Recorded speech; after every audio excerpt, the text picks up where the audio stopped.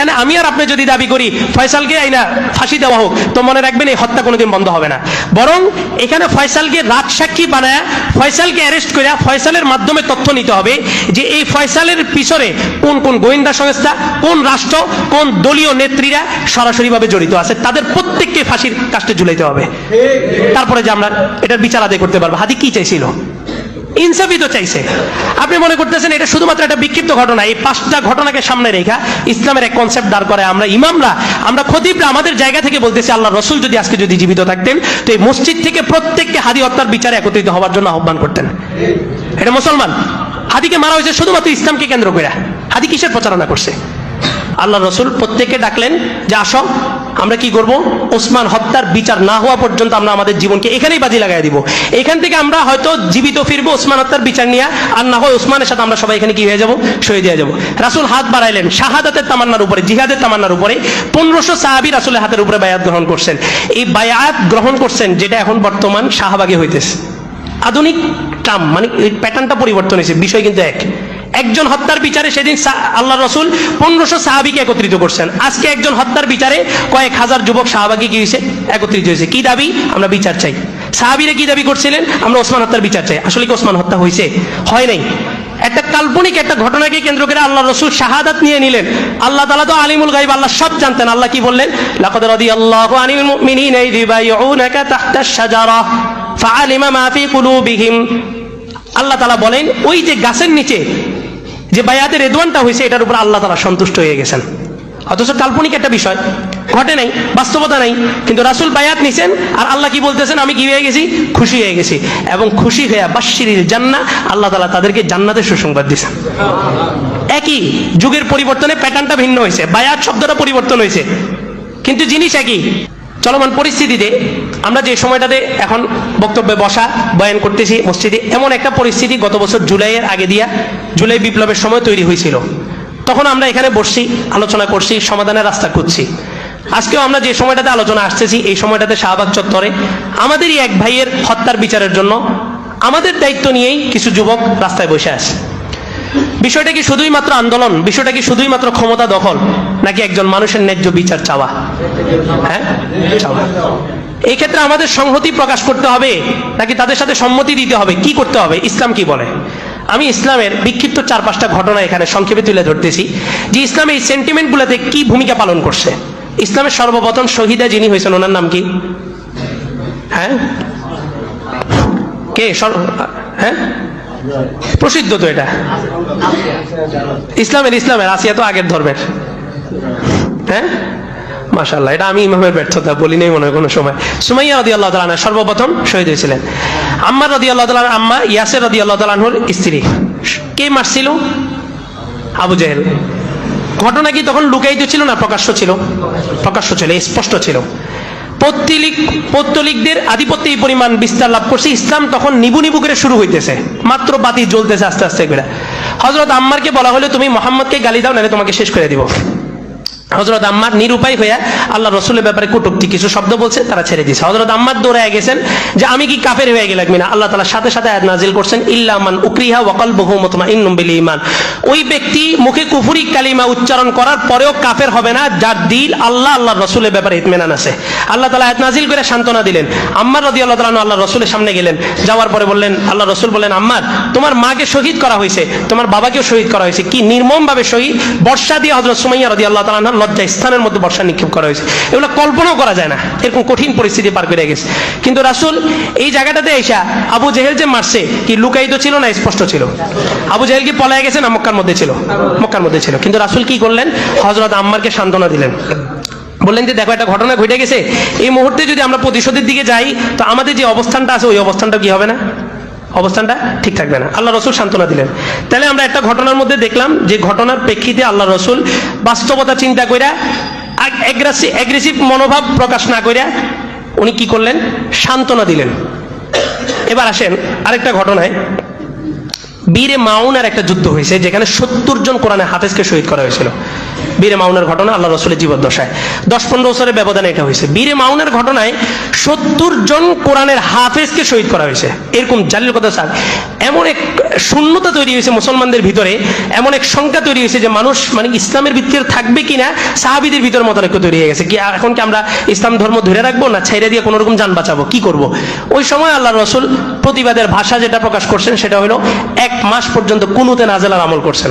কুনুতে নাজেলা আমার মুসল্লি যারা ফজরের নিয়মিত ওনারা হয়তো জানবেন, আমরা ফিলিস্তিনের আন্দোলনে, ফিলিস্তিনের ঘটনায় বর্বর ইসরায়েলের হামলা যখন হয়েছিল তখন আমরা 1 মাস পর্যন্ত এই মসজিদে কুনুতে নাজেলা আমল করছি। শুধু এটা 1 মাস না, আবার রমজানের শেষ 10 দিন আমরা কুনুতে নাজেলা আমলটা করছিলাম।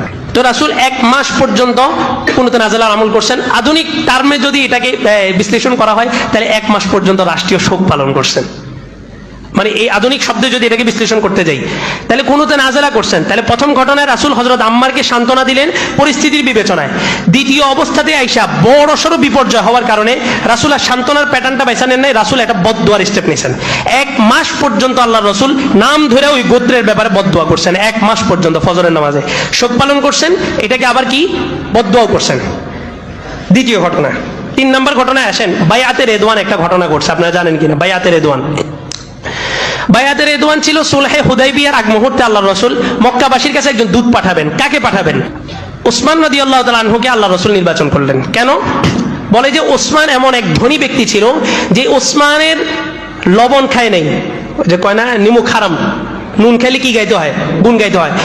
ওসমানের টাকা দ্বারা উপকৃত হয় নাই মক্কার এমন একজন যুবক দেখানো অসম্ভব ছিল। মানে এই পরিমাণ দান করতেন হযরত ওসমান, এই পরিমাণ সম্পত্তি ছিল যে ওসমানের সম্পত্তি থেকে পুরা মক্কাবাসী কি হয়েছে? উপকৃত হয়েছে। তা এখন ওসমান মুসলমান হয়ে গেল, ওসমানের একটা কথার পাওয়ার তাদের কাছে এখনো থাকবে না? অবশ্যই থাকবে। কেন? ওই যে নুন খাইছে, ওসমানে কি খাইছে? নুন খাইছে। এই কারণে আল্লাহ রসুল হযরত ওসমানকে নির্বাচন করলেন। শয়তান চাইতেছে এখানে সন্ধি না হোক, যুদ্ধ হোক। যুদ্ধ হইলে মুসলমানদের সংখ্যা কম, নিমিষে ইসলামকে শেষ করা যাবে। তো হযরত ওসমান ভিতরে গেলেন, আসতে একটু দেরি হইতেছে কারণ হযরত ওসমানকে এতদিন পরে পাইছে মুসলমান, তারপরে সবাই একটু ধরছে, গল্প গুজব শুরু হয়েছে। ওসমান আসতে দেরি হইতেছে, এক শয়তান মানুষের সুরত ধরে এসে বলে ইন্না ওসমান কত কুতিলা, ওসমানকে কি করা হয়েছে? হত্যা করা হয়েছে। আল্লাহ রসুল বলেন ওসমানকে হত্যা করা হয়েছে। উপস্থিত এই সুলহে হুদাইবিয়ার আগ মুহূর্তে অর্থাৎ যখন হজ করতে গেছেন, ওসমানকে চুক্তি দিয়ে পাঠাইছেন যে তাদেরকে বলবো আমরা যুদ্ধ করব না, আমরা একটা সমঝোতার মধ্যে আসতে চাই, আমরা কোনো যুদ্ধ করব না, শুধুমাত্র উমরাটা কইরা হজটা করে আমরা চলে যাব, কোনো যুদ্ধ করতে আসবো না, এই চুক্তি দিয়ে পাঠানো হয়েছে। কিন্তু ওসমানকে যখন শহীদ করা হলো তখন আল্লাহ রসুলের সাথে 1500 সাহাবী ছিলেন। আল্লাহ রসুল প্রত্যেককে ডাকলেন যে আসো, আমরা কি করব? ওসমান হত্যার বিচার না হওয়া পর্যন্ত আমরা আমাদের জীবনকে এখানেই বাজি লাগাই দিব। এখান থেকে আমরা হয়তো জীবিত ফিরবো ওসমান হত্যার বিচার নিয়ে, আর না হয় ওসমানের সাথে আমরা সবাই এখানে কি হয়ে যাব? শহীদ হয়ে যাব। রাসূল হাত বাড়াইলেন শাহাদাতের তামান্নার উপরে, জিহাদের তামান্নার উপরে। 1500 সাহাবী রাসূলের হাতের উপরে বায়াত গ্রহণ করছেন। এই বায়াত গ্রহণ করছেন যেটা এখন বর্তমান শাহবাগে হইতেছে। আধুনিক টার্ম, মানে এই প্যাটার্নটা পরিবর্তন হয়েছে, বিষয় কিন্তু এক। একজন হত্যার বিচারে সেদিন আল্লাহ রসুল 1500 সাহাবীকে একত্রিত করছেন। আজকে একজন হত্যার বিচারে কয়েক হাজার যুবক সাহাবাকে কি হয়েছে? একত্রিত হয়েছে। কি দাবি? আমরা বিচার চাই। সাহাবীরা কি দাবি করছিলেন? আমরা ওসমান হত্যার বিচার চাই। আসলে কি ওসমান হত্যা হয়েছে? হয় নাই। একটা কাল্পনিক একটা ঘটনাকে কেন্দ্র করে আল্লাহ রসুল শাহাদাত নিয়ে নিলেন। আল্লাহ তাআলা তো আলিমুল গায়ব, আল্লাহ সব জানতেন। আল্লাহ কি বললেন? লাকাদ রাদিয়াল্লাহু আনিল মুমিনিনা ইয ইউবাইউনাকা তাহতাশ শাজারা ফাআলিমা মা ফি কুলুবিহিম। আল্লাহ তাআলা বলেন ওই যে গাছের নিচে যে বায়াতের রেদওয়ানটা হয়েছে এটার উপর আল্লাহ তাআলা সন্তুষ্ট হয়ে গেছেন। অথচ কাল্পনিক একটা বিষয়, ঘটে নাই, বাস্তবতা নাই, কিন্তু রাসূল বায়াত নিছেন আর আল্লাহ কি বলতেছেন? আমি কি হয়ে গেছি? খুশি হয়ে গেছি। এবং খুশি হয়ে বাশশিরিল জান্নাহ, আল্লাহ তাআলা তাদেরকে জান্নাতের সুসংবাদ দিয়েছেন। একই যুগের পরিবর্তনে প্যাটার্নটা ভিন্ন হয়েছে, বায়াত শব্দটা পরিবর্তন হয়েছে, কিন্তু জিনিস একই। ওসমান হত্যা না হওয়ার পরেও আল্লাহ রসুল কি নিলেন? যে আমরা হত্যার প্রতিশোধ নিব, আমাদের এক ভাইকে হত্যা করা হয়েছে।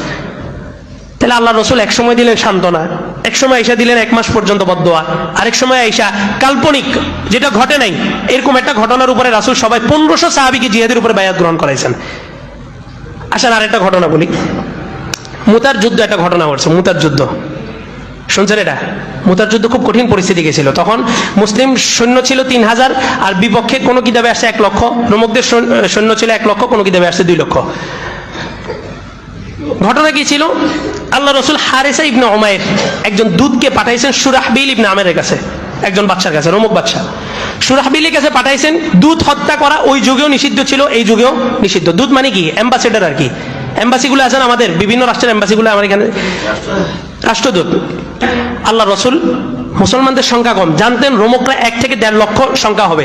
আল্লাহ রসুল 3000 বাহিনী তৈরি করছেন, এবং এই যে 3000 বাহিনীটা তৈরি করছেন এটা একটা ভিন্নতা ছিল। অন্য সব যুদ্ধগুলোর মধ্যে কমান্ডার হয় একজন, কিন্তু এই যুদ্ধের মধ্যে রাসূল কমান্ডার করছেন কয়জন? 3 জনকে তৈরি করছেন। একজন ছিলেন যায়েদ ইবনে হারেসা, রাসূলের পালক পুত্র। যায়েদ ইবনে হারেসাকে কমান্ডার নিযুক্ত করার পর আল্লাহ রসুল বলেন, যায়েদ তোমার যদি মৃত্যু হয়ে যায়, তোমার পরবর্তীতে জাফর ইবনে আবি তালেব, আমার চাচাতো ভাই জাফর আত-তাইয়ার, সে দায়িত্ব নিবে। যায়েদ ইবনে হারেস বলেন, রাসূল এই বক্তব্য যখনই বলছে সাথে সাথে আমি যায়েদ নিশ্চিত হয়ে গেছি যে এই যুদ্ধে আমি যায়েদ কি হব? শহীদ হব। আল্লাহ রসুল বললেন জাফর ইবনে আবি তালেব সে যদি শহীদ হয়ে যায়, আব্দুল্লাহ ইবনে রাওয়াহা দায়িত্ব নিবে, পতাকা নিবে। আব্দুল্লাহ ইবনে রাওয়াহাও যদি শেষ হয়ে যায়, তোমাদের মধ্যে থেকে পরামর্শ করে একজনকে সিলেক্ট করবা। 3 জন কমান্ডার, তারা 3 জন নিশ্চিত ছিলেন যে আল্লাহ রসুল 3 জন কমান্ডার নিযুক্ত করছেন। চতুর্থ একজনকে পতাকা দিতে বলছেন, মানেই হচ্ছে আমরা 3 জন কি হব? শহীদ হব। রোমকদের 2 লক্ষ বাহিনীর মোকাবেলায় মুসলিমদের মাত্র 3000-এর একটা সৈন্য কাফেলা রওনা দিছে। আল্লাহ রসুল মক্কার মধ্যে বসে আছেন। রাসূল যেহেতু, রাসূলকে আল্লাহ তাআলা অদৃশ্যের এলেমগুলা দিতেন, রাসূল কিন্তু জানতেন না, রাসূলকে দেওয়া হইতো। রাসূল বৈশা বললেন যে যায়েদ শেষ। তো সাহাবায়ে কেরাম মুখ মলিন করে ফেললেন। আল্লাহ রসুল একটু পরে বললেন যে জাফরও শেষ, জাফর ইবনে আবি তালেব, আল্লাহ রসুলের চাচা। এই শব্দটা যখন বলছেন, রাসূলের মুখ তখন চোখ অশ্রুসিক্ত, চোখ থেকে পানি পড়তেছে। রাসূল বললেন যে আমার চাচাতো ভাই জাফরও শেষ। একটু পরে মুস্কি হাসি দিলেন। তো আল্লাহ রসুলকে জিজ্ঞেস করা হলো, ইয়া রাসূলুল্লাহ কি কোনো সুসংবাদ আসছে নাকি? তো বলে যে না, সুসংবাদ না, জাফর পতাকাটা ধরছে ডান হাতে, তো জাফরের ডান হাতটা কি করা হয়েছে? কেটে দেওয়া হয়েছে। জাফর ওই পতাকা, ইসলামের পতাকাকে 1 সেকেন্ডের জন্য নিচে নামতে দেনে বাম হাত দিয়ে ধরছে। বাম হাত দিয়ে যখন ধরছে, সৈন্যের তীর এসে বাম হাতটাকে আলাদা করে দিছে। জাফর সাথে সাথে তার বুক দিয়ে পতাকাটাকে এভাবে আঁকড়ে ধরছে। ঘটনা বিভিন্ন ভাবে আসছে। এরপরে একটা তীর ঘুরতে, এই তরবারি ঘুরতে ঘুরতে এসে পুরো জাফরের এদিক দিয়ে ঢুকে পেট সহ পুরো দ্বিখণ্ডিত করে দিছে। জাফর রাদিয়াল্লাহু তাআলা শেষ হয়ে গেছেন। আল্লাহ রসুল বলেন, আমি হাসতেছি এই জন্য, জাফরের 2 হাত কাটার সাথে সাথে আল্লাহ তাআলা তাকে 2টা ডানা দিয়ে জান্নাতের মধ্যে পাখি বানায় ছেড়ে দিয়েছেন। এই জন্য জাফরের নাম হয়ে গেছে জাফর আত-তাইয়ার। তাইয়ার মানে পাখি, তৈরুন থেকে তাইয়ার। আচ্ছা, দেখ অন্য আলোচনা। এরপরে খালিদ ইবনে ওয়ালিদ এটা ঝান্ডা নিছেন। আল্লাহ রসুল বললেন যে আল্লাহর তরবারিগুলোর মধ্য থেকে এক তরবারি এই দায়িত্ব নিছে। তখন থেকে খালিদ রাদিয়াল্লাহু তাআলা আনহুর নাম হয়েছে খালিদ সাইফুল্লাহ, মানে আল্লাহর তরবারি। এই যুদ্ধের মধ্যে, এই যুদ্ধে 3000 বাহিনীকে আল্লাহ রসুল পাঠাইছেন একটা শক্ত জবাব দেওয়ার জন্য। কেন? শুধুমাত্র একজন রাষ্ট্রদূতকে হত্যা করছে। কয়জন? একজনকে। আরেকটা ঘটনা বলি, মক্কা বিজয়ের সময় 2টা গোত্র ছিল ইহুদীদের, একটা বনু বকর আর একটা হচ্ছে বনু খুজা। বনু বকরটা ছিল মক্কার সাথে, বনু খুজা ছিল মুসলমানদের সাথে। বনু বকর এবং বনু খুজার মধ্যে 100 বছরের একটা বিরোধ ছিল। কিন্তু হঠাৎ একদিন কুরাইশ বনু বকরকে অস্ত্র দিয়ে সাহায্য করে বনু খুজার উপর আক্রমণ চালাইছে। 20 জনকে শেষ করা হয়েছে, হত্যা করা হয়েছে। আল্লাহ রসুলের কাছে বিচার আসার পরে আল্লাহ রসুল ফাতে মক্কা, মক্কা বিজয়ের জন্য 10,000 সাহাবী নিয়ে রওনা দিয়েছেন। এমন কঠিন প্রতিশোধের অ্যাগ্রেসিভ মনোভাব নিয়ে রওনা দিয়েছেন, যেটার উপরে, যে রণকৌশলের উপরে মক্কা বিজয় হয়েছে। মক্কাবাসী সেই সময় কেউ তার ঘর থেকে বেরোতে পারে নাই। রাসূল সাল্লাল্লাহু আলাইহি ওয়াসাল্লাম ঘোষণা দিয়েছেন, কেউ যদি তার মায়ের কোল খালি করতে না চায়, স্ত্রীকে যদি বিধবা করতে না চায়, সন্তানগুলোকে যদি এতিম করতে না চায়, সেজন্য তার ঘরের মধ্যে দরজা জানলা বন্ধ করে দিয়ে অবস্থান করে। 5টা ঘর নির্ধারণ করছেন, এই 5টা ঘরের ভিতরে আশ্রয় নিতে পারবে। কয়েকজনের ব্যাপারে রাসূল এত কঠিন পদক্ষেপ নিছেন, আল্লাহ রসুল বলছেন এগুলা যদি কাবা শরীফের গেলাফও পেঁচায় থাকে, সেখানে তারা কি করতে হবে? হত্যা করতে হবে। এই দেখেন, 5টা ঘটনা বললাম, আরো ঘটনা আছে। এই ঘটনাগুলোর মধ্যে অবস্থানগুলো দেখেন। রাসূল কোনো সময় সান্ত্বনা, কোনো সময় বদদোয়া, কোনো সময় মুসলিম স্টেট গঠন হওয়ার পর মুসলিমদের সংখ্যাধিক্যের উপরে, মুসলিমদের পাওয়ারের উপরে রাসূল ভিত্তি করে কি করছেন? যুদ্ধ প্রেরণ করছেন। তাহলে এখন বলেন, হাদির হত্যার বিচারে আমরা কি আবু জেহেলের সমাজে বসবাস করতেছি? না। আমাদের সংখ্যা এবং আমাদের ইসলাম কি আবু জেহেলের সমাজে আছে? আমাদের সংখ্যাটা কি এখন বীরে মাউনার সময় আছে যে আমরা শুধু বদদোয়া করব?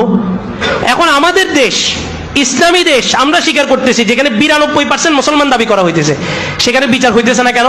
বাইতুল মুকাররমের খতিব স্পষ্ট উচ্চারণ করছেন, বললেন যে কি, বিচার ঝুলায় রাখা এটা ইংরেজদের সভ্যতা, ইংরেজদের সভ্যতা। আর এখন প্রমাণিত হয়েছে, এখনই বিচার করা, এটাই হচ্ছে ইসলাম। এবং ইসলাম বিচার ব্যবস্থাটাকে এমন ভাবে সাজাইছে, একটা বিচার ব্যবস্থা, যে রাষ্ট্রের নিয়ম কানুন যত কড়া, যত কঠিনভাবে বাস্তবায়ন করা হয়, ওই রাষ্ট্রের শৃঙ্খলা তত সুন্দর থাকে, মানুষ তত সুন্দর জীবনযাপন করতে পারে। এই কারণে ইসলাম সবচেয়ে বেশি গুরুত্বপূর্ণ ফোকাস দিয়েছে বিচার ব্যবস্থার ব্যাপার। হযরত ওমরের যুগে এক বাচ্চাকে হত্যা করা হয়েছে, কুতিলা গোলামান কিলাতান। একটা বাচ্চাকে, মানে যে কোনো একটা কিছুকে কেন্দ্র করে একটা বাচ্চাকে হত্যা করা হয়েছে। 7 জনকে হযরত ওমর নিযুক্ত করছেন, মানে দুদক ধরেন আর কি, দুর্নীতি দমন কমিশন। তো দুদক নির্ধারণ করা হয়েছে এমন 7 জন, যেই 7 জনই হত্যার মধ্যে জড়িত ছিল। তো তারা বলে, তারা এটাকে ঘুরে ফিরে বলতেছে না, বাচ্চাটা এমনি এমনি পড়ে গেছে, বাচ্চাটা এমনি এমনি শেষ হয়ে গেছে। হযরত ওমর ছিলেন বিচক্ষণ, রাষ্ট্র শুধুমাত্র বুদ্ধি দিয়ে চালাননি, আল্লাহর পরামর্শ নিছেন। হযরত ওমরের জীবনীতে আমরা বলছিলাম যে হযরত ওমরের রাষ্ট্র ক্ষমতায় আসাটা এটা সরাসরি আল্লাহর পক্ষ থেকে একটা নির্দেশ, যেটা রাসূলের জীবদ্দশায় ছিল। এবং হযরত ওমরের যুগে এসেই ইসলামের তরবারি উঠবে, এই তরবারি কিয়ামত পর্যন্ত মুসলমানদের ভিতরে চলতে থাকবে, এটা রাসূলের ভবিষ্যৎবাণী ছিল। হযরত ওমর বললেন এই 7 জনকে, এক বাচ্চা হত্যায় যেহেতু 7 জন জড়িত, 7 জনকে কি করা হবে? ফাঁসি দেওয়া হবে। এরপরে সাহাবীরা বললেন যে 7 জনকে, একজন বাচ্চার জন্য 7 জন। হযরত ওমর ঐতিহাসিক একটা শব্দ বলছেন, উনি বলেন লাউইস তারাকা ফিহা আহলু সানআ লাকাতালতুহুম। এই হত্যায় শুধু 7 জন না, পুরা রাজধানীর সমস্ত মানুষও যদি জড়িত থাকে, আমি এই হত্যার বিচারে রাজধানীর সমস্ত মানুষকে কি করব? হত্যা করে ফেলবো। কারণ কি? ফিল কিসাসি হায়াত, কিসাস যখন বাস্তবায়ন হবে সেটার মধ্যে মানুষের হায়াত। আল্লাহ বলছেন একটা কেসাস বাস্তবায়ন করো, হত্যা আর কোনোদিন হবে না, হত্যার বিষয়গুলো সব বন্ধ হয়ে যাবে। কিলার খুনি এখন হত্যা করে কেন? আগে তার সাথে কিছু ডোনার হয়, তাকে কিছু লেনদেন করা হয়, লেনদেন করার পরে তার এক্সিট, সেফ এক্সিট, সব কিছুর তার নিরাপত্তা নিশ্চিত করা হয়। এখন এগুলো জুমার মিম্বর থেকে আলোচনার বিষয় না, তারপরেও বলা, এই হাদিকে যে লোকটা হত্যা করছে, কি এই লোকটার সাথে হাদির কোনো সম্পর্ক ছিল?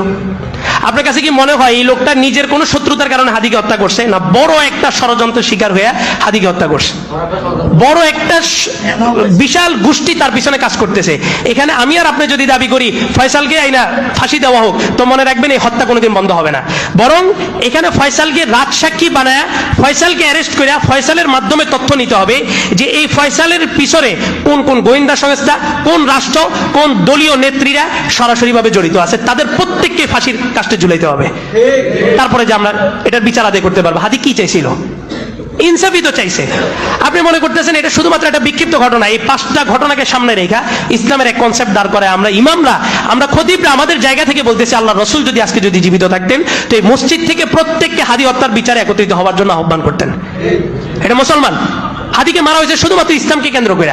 হাদি কিসের প্রচারণা করছে?